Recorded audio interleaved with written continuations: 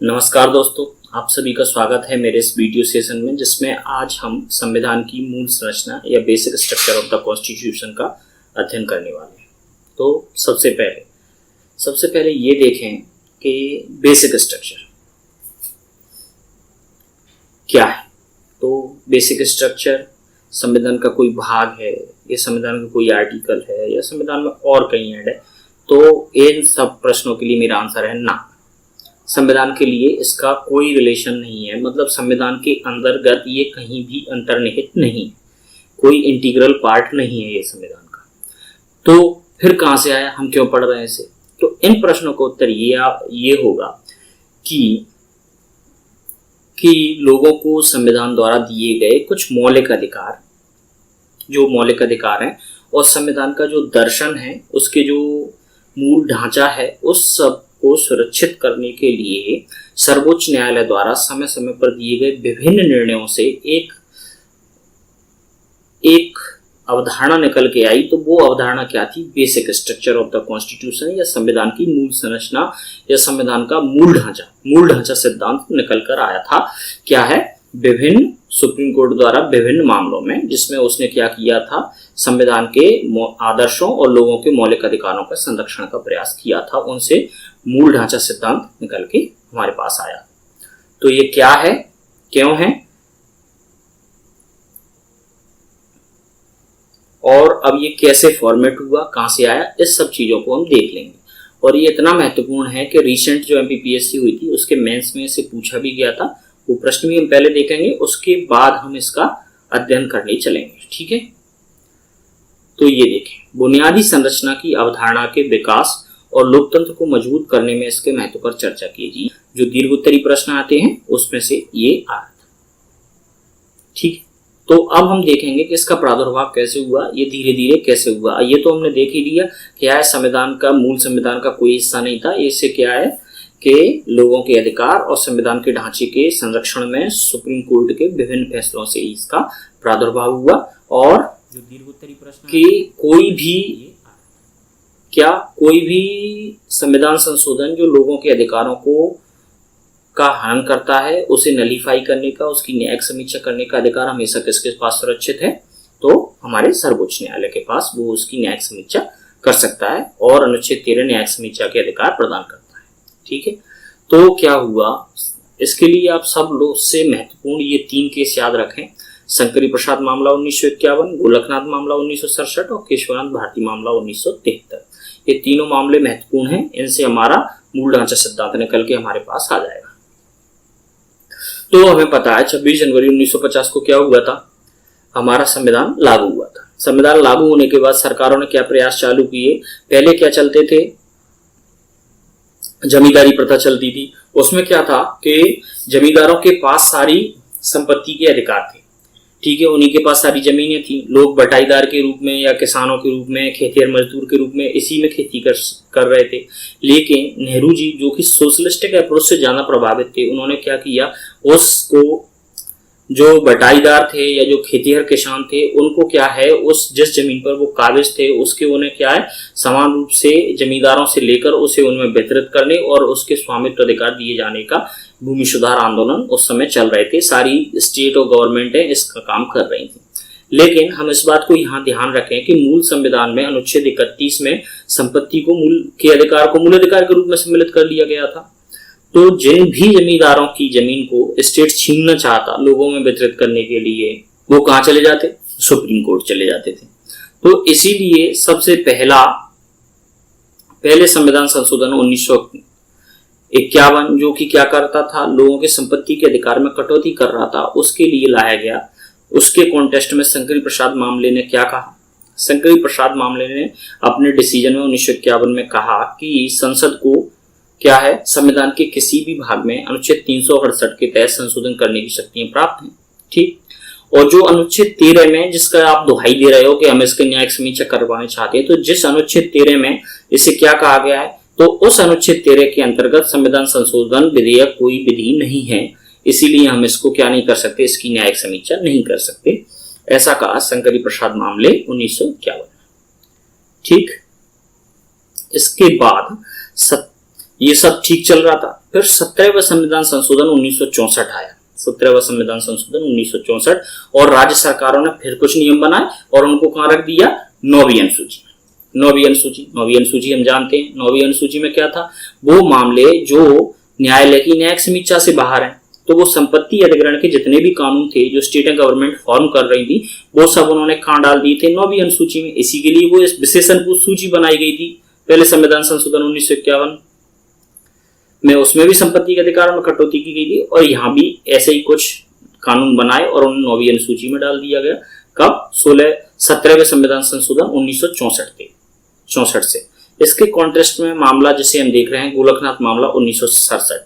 तो गोलकनाथ मामले 1967 में सुप्रीम कोर्ट ने अपने ऊपर जो शंकर प्रसाद मामले में बोला उसे बिल्कुल कॉन्टेस्ट को रिवर्स कर दिया, 180 डिग्री घुमा दिया, बिल्कुल पलट दिया और बोला कि मौलिक अधिकार लोकोत्तर हैं, उनमें संशोधित करने की 368 के अंतर्गत उनको ना तो संशोधित कर सकते हैं, ना तो कम कर सकते हैं, ना ही उन्हें छीना जा सकता है संसद के द्वारा। और अनुच्छेद 13 के अंतर्गत जो विधि है उनमें क्या है? संविधान संशोधन अधिनियम भी या विधेयक भी एक प्रकार की विधि है और उसकी न्यायिक समीक्षा की शक्ति हमारे पास है, ऐसा कहा गोलकनाथ मामले 1967 में। मतलब कॉन्टेस्ट बिल्कुल चेंज हो गया। जो शंकर प्रसाद मामले में था उसका जस्ट 180 डिग्री चेंज कर दिया। किसमें? गोलकनाथ मामले 1967 में। ठीक है, इससे क्या हुआ? संसद तिलमिला गई। ये तो हमारे अंगेस्ट चले गए बहुत ज्यादा, ऐसा नहीं होना चाहिए था भाई। 1967 में ये व्यवस्था हो गई। तो इसके बाद क्या आया? इससे तो बहुत टेंशन फैल गई। और 24वां इसकी प्रतिक्रिया में संसद क्या लेके आई? 24वां संविधान संशोधन 1971, जिसमें कहा अनुच्छेद 368 के तहत हमें किसी भी मौलिक अधिकार को कम करने या सीमित करने या उसे हटाने का पूर्ण अधिकार प्राप्त है। और इस प्रकार अनुच्छेद 13 के अंतर्गत आशयों के अंतर्गत इस प्रकार का विधेयक कोई कानून नहीं है जिसकी न्यायिक समीक्षा की जाए, ऐसा कह दिया। किसमें? 24वें संविधान संशोधन 1971 में। ठीक, इसके बाद जब ये मामला गया कोर्ट में, तो कोर्ट में कौन सा आया? केशवानंद भारती मामला, केरल राज्य 1973 जिससे हम देख। तो इसमें 24वें संविधान संशोधन 1971 की वैधता थी, उसे रद्द नहीं किया गया। कहा कि ये तुमने जो किया है 368 के अंतर्गत संविधान को, वो संसद को संविधान के किसी भी भाग में संशोधन करने की पूर्ण शक्ति है। लेकिन उसमें लेकिन लगाई और एक सुगर कोटिंग बात। कैसी? और उन्होंने कहा कि आपको संविधान के किसी भी भाग में संशोधन करने की शक्तियां प्राप्त हैं, किंतु आप संविधान के मूल ढांचे जो कि उसके मूल दर्शन से बिलोंग करता है, आप उसे चेंज नहीं कर सकते। ठीक है, ये कहा गया किसमें? केशवानंद भारती मामले 1973 में। तो यहां से निकल के आया मूल संरचना का सिद्धांत। ठीक है, केशवानंद भारती मामले में कहा कि 24वें संविधान संशोधन 1971 के अनुसार आपको संविधान के किसी भी भाग में संशोधन के अधिकार हैं, लेकिन आप मूल संरचना को परिवर्तित नहीं कर सकते। ठीक है, आप अनुच्छेद 368 का इस्तेमाल करके संविधान की मूल संरचना को संशोधित नहीं कर सकते, ऐसा कह दिया केशवानंद भारती मामले 1973 में। ठीक है, अब इससे क्या समस्या पैदा हुई? इसके बाद आता है नेक्स्ट केस, केशवानंद भारती यहां से निकल गया। अब आगे धीरे धीरे ये डेवलप होंगे कि संविधान की मूल संरचना के अंतर्गत कौन कौन से तत्व सम्मिलित हैं, ये आगे के केसों से निकल के आएंगे। तो सबसे पहले इसके बाद क्या हुआ? इंदिरा नेहरू गांधी वर्सेस राजनारायण मामला 1975। इस मामले में क्या किया गया था कि 39वां संविधान संशोधन 1975 था। उसमें क्या किया गया कि लोकसभा अध्यक्ष और प्रधानमंत्री के निर्वाचन से जुड़े जो विवाद थे उनको क्या किया, संविधान उनको न्यायिक समीक्षा से बाहर कर दिया कि उन्हें किसी भी न्यायालय द्वारा उनको समीक्षा नहीं की जाएगी, सुनवाई नहीं की जाएगी। तो इस मामले में इंदिरा नेहरू गांधी वर्सेस राजनारायण 1975 में सुप्रीम कोर्ट ने क्या किया कि उस चीज को नलीफाई कर दिया कि आप ऐसा नहीं कर सकते। इस प्रावधान को उन्होंने रद्द कर दिया कि आप ऐसा नहीं कर सकते, हम इसकी न्यायिक समीक्षा करेंगे। किस मामले में? इंदिरा नेहरू गांधी वर्सेस राजनारायण मामले 1975 में। बस इंदिरा जी गुस्सा आ गई इससे, क्योंकि उस समय उनकी कुर्सी जा रही थी। 1975 में कुछ विवाद था जिसमें हो सकता उन पर 1 साल के लिए, वो 1 टर्म के लिए चुनाव लड़ने पर 6 साल के लिए रोक भी लग सकती थी। तो उन्होंने क्या किया, 42वां संविधान संशोधन 1976 लेके आए। और 42वें संविधान संशोधन 1976 में यह कहा गया कि अनुच्छेद 368 के तहत संसद की जो है संविधान संशोधन की शक्तियां, उनकी कोई सीमा नहीं है कि वो कितना संशोधन, वो संशोधन की सीमा उनकी असीमित है, अधिकार है किसके पास, संसद के पास। और अनुच्छेद 13 के अंतर्गत न्यायिक समीक्षा के अंतर्गत इसकी न्यायिक समीक्षा किसी भी न्यायालय द्वारा नहीं की जाएगी संविधान संशोधन अधिनियम की, ये कहा गया 42वें संविधान संशोधन 1976 में। लेकिन नेक्स्ट मामला जो हम देखेंगे, मिनर्वा मिल मामले 1980 में उन्होंने कहा कि न्यायिक समीक्षा का अधिकार मूल संरचना का हिस्सा है, इसीलिए आप इसे नलीफाई नहीं कर सकते संविधान संशोधन के द्वारा। और संविधान संशोधन के उतने हिस्से जिसमें यह लिखा गया था कि सभी संविधान संशोधन विधेयक किससे, न्यायिक समीक्षा से बाहर होंगे, इसको वहां से हटा दिया गया। और साथ ही ये भी कहा गया कि संसद के पास संविधान में संशोधन की असीमित शक्तियां नहीं है कि वो अपने आप को असीमित शक्तियों से विभूषित कर ले, क्योंकि एक संघात्मक व्यवस्था में किसकी, संविधान की सर्वोच्चता सुनिश्चित होना बहुत जरूरी है। नहीं तो क्या होगा, संघात्मक व्यवस्था में क्या करेगा, केंद्र सारी शक्तियां खींच लेगा और राज्य बगैर शक्तियों के निरी रह जाएंगे। तो फिर संघात्मक व्यवस्था में दो सरकारें एक साथ कैसे चल पाएंगी, क्योंकि उनके बीच में शक्ति विभाजन है। उनका दोनों का एग्जिस्टेंस ही क्यों हो पा रहा है, क्योंकि वे एक बाय लॉ से बंधे हुए हैं, सबके अपने अपने क्षेत्राधिकार हैं, कार्यपालिका न्यायपाल सब बटा हुआ है, इसीलिए वो दोनों चल पा रहे हैं। अब ऐसे में किसी एक को शक्ति इतनी दे दी जाए कि वो सारे संविधान को संशोधित कर ले और उसे असीमित अधिकार हो इस प्रकार के संशोधन के, तो वो क्या करेगा, सारे राज्यों की शक्तियां अपनी जेब में डाल देगा। ठीक है, इसीलिए क्या कहा गया मिनर्वा मिल मामले में कि जो कहा गया है 42वें संविधान संशोधन 1976 में कि संसद को क्या है, विधायी क्षेत्रों में संशोधन, संविधान के किसी भी भाग में संशोधन करने के असीमित अधिकार हैं। तो ऐसा नहीं है, आपको संविधान में संशोधन की सीमित शक्तियां प्राप्त हैं। और अनुच्छेद 13 से हम इनकी न्यायिक समीक्षा भी करेंगे, क्योंकि ये मूल ढांचे का हिस्सा है न्यायिक समीक्षा। ठीक है, ये कहा गया मिनर्वा मिल मामले 1980 में। इसके बाद बामन राव मामला आता है 1981, जिसमें ये फिक्स कर दिया गया कि 24 अप्रैल 1973, कौन सा, केशवानंद भारती बनाम केरल राज्य 1973 के बाद से जो भी संविधान संशोधन विधेयक लाए गए हैं उन सब की न्यायिक समीक्षा की जा सकती है और ये मूल ढांचे का हिस्सा है, आप इसे चेंज नहीं करेंगे।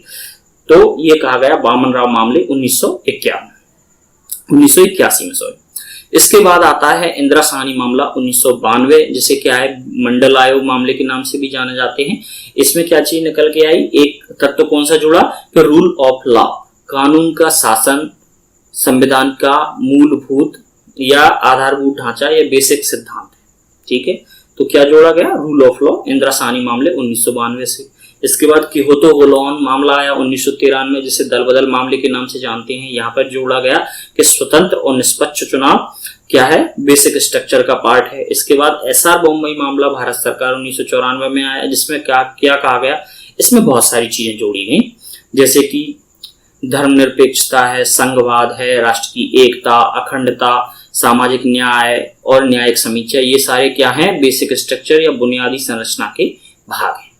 इस तरीके से बहुत सारे केस हुए और उनमें सब में किसके में बेसिक स्ट्रक्चर को डिफाइन करने वाला कौन था, सर्वोच्च न्यायालय ने ये डिसाइड किया कि कौन सी चीज बेसिक स्ट्रक्चर है, कौन सी नहीं है। तो इसके आधार पर क्या निकल के आए, बेसिक स्ट्रक्चर के कुछ तत्व निकल के आए, जिन्हें हम आगे लिस्ट में देख रहे हैं। ठीक है, तो हमने देख लिया कि अनुच्छेद 368 के तहत संविधान के किसी भी भाग में संशोधन करने की शक्ति किसके पास है, संसद के पास है, किंतु संसद इनका क्या है, असीमित उपयोग नहीं कर सकती और बेसिक स्ट्रक्चर को डिस्टर्ब नहीं कर सकती। और बेसिक स्ट्रक्चर को डिसाइड कौन करेगा, डिफाइन कौन करेगा, तो जब डिफाइन करने की बात आएगी कि कौन सी चीज मूल संरचना का भाग है अथवा नहीं है, तो वो कौन करेगा, वो सर्वोच्च न्यायालय डिसाइड करेगा। तो इस तरीके से सर्वोच्च न्यायालय के विभिन्न केसों में जो चीज निकल के आई है, तो वो बेसिक स्ट्रक्चर के जो मूल तत्व है वो इस लिस्ट में हम एक एक करके जान लेते हैं। एक कॉमन सा एक रफ आइडिया सा क्रिएट हो जाएगा तो हमारा काम बन जाएगा। और साथ में जो हमने क्वेश्चन देखा था उसके कॉन्टेक्स्ट में देख लेना। देखो, जैसे संविधान की सर्वोच्चता है, उसमें क्या कहा गया है कि भारतीय लोकतंत्र को मजबूत करने में इस बेसिक स्ट्रक्चर के क्या योगदान है। तो लोकतंत्र को मजबूत करने में संविधान की सर्वोच्चता है, भारतीय राजनीति में सार्वभौम लोकतांत्रिक गणराज्य प्रकृति, संविधान की धर्मनिरपेक्ष विधायिका कार्यपालिका के बीच शक्तियों का विभाजन, संविधान का संघीय रूप, एकता, अखंडता, कल्याणकारी राज्य, न्यायिक समीक्षा, व्यक्तिगत स्वतंत्रता, समता, संसदीय प्रणाली, कानून का शासन, निष्पक्ष चुनाव, न्यायपालिका की स्वतंत्रता। तो ये सारे कॉन्टेस्ट क्या है, लोकतंत्र को मजबूत बनाने के लिए काम करते हैं। तो बस इनके बारे में थोड़ा थोड़ा सा उस प्रश्न में लिखेंगे और इस तरीके से क्या है वो प्रश्न फुलअप हो जाएगा हमारा। तो यहाँ पे देख लिया कौन कौन से बेसिक स्ट्रक्चर के सिद्धांत हैं। और सबसे महत्वपूर्ण बात है, आपको जब भी कोई चीज ऐसी आती है कि कौन सा तत्व है अथवा नहीं है, तो आप खुद से एक क्वेश्चन करके देखना कि वाकई में किसी चीज के परिवर्तन होने में इतना चेंज हो रहा है कि जो बहुत ज्यादा डिजास्टर पैदा कर देगा या संघीय ढांचे को ही चेंज कर देगा। तो ऐसी चीजें क्या है, मूल संरचना के अंतर्गत आएंगी, अन्यथा नॉर्मल सी चीज होगी तो वो हम समझ ही जाएंगे। हाँ ठीक है, इसी के साथ बेसिक स्ट्रक्चर वाला पार्ट समाप्त होता है। फिर मिलेंगे। Thank you.